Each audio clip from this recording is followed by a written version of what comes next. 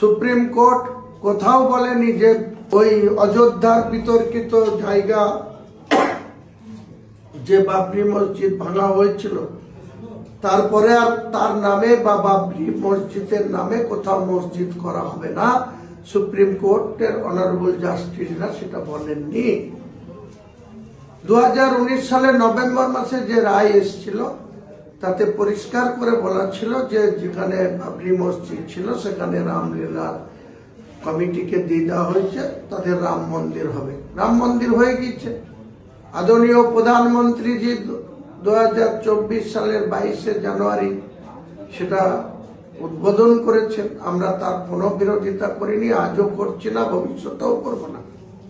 কিন্তু আমাদের গণতান্ত্রিক অধিকার আছে, মুসলিমদের সংবিধানে অধিকার আছে যে তারা নিজের মতো করে তাদের ধর্ম আচরণ করবে, কোরআন তেলাওয়াত করবে, নামাজ পড়বে।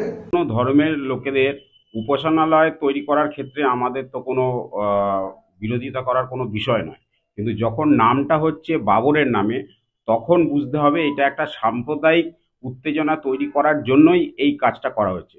এটা তৃণমূল কংগ্রেস এবং তৃণমূল কংগ্রেসের যে ভোট কৌশলী যে আইপ্যাক, এদের একটা নতুন পরিকল্পনা যে পশ্চিমবঙ্গের মানুষের ভোট কিভাবে একজোট করা যায় তারই একটা নতুন পরিকল্পনা।